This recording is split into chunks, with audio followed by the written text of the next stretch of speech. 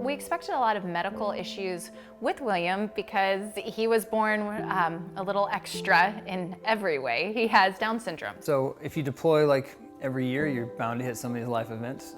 That happened with both of our children. So with William, I was overseas when he got sick and nobody could really figure out what was going on with him. He was 2 at the time. Hey, hi!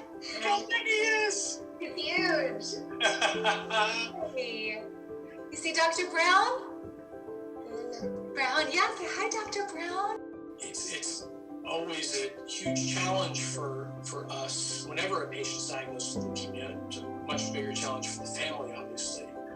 But with the Down syndrome patients, they really struggle with some side effects of chemotherapy. As you know, with research, we've been able to figure out that certain chemotherapy drugs work really well for Down syndrome kids like William and are able to get them through it.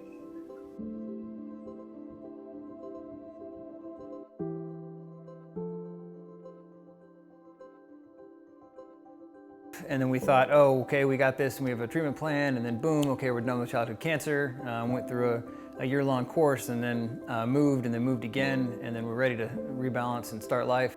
So my husband was gone. He was overseas in Iraq. And it was a Thursday that school was out.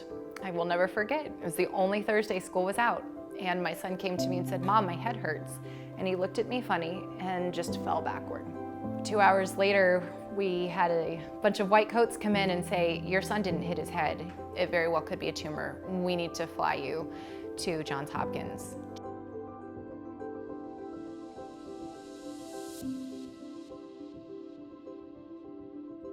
We now know at a genetic level what drives that leukemia, what makes that happen. We know what drugs work and what drugs don't.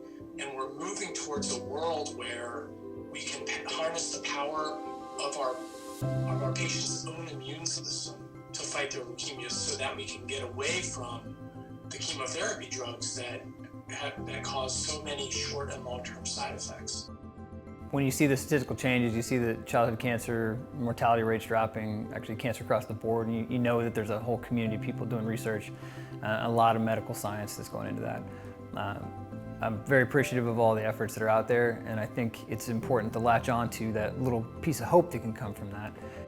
A lot of times people think after treatment that everything will just get better and that it's over, but what we're finding is the chemotherapy and treatments were designed for adults. They weren't designed for children. And so a lot of the things that last are really quite concerning.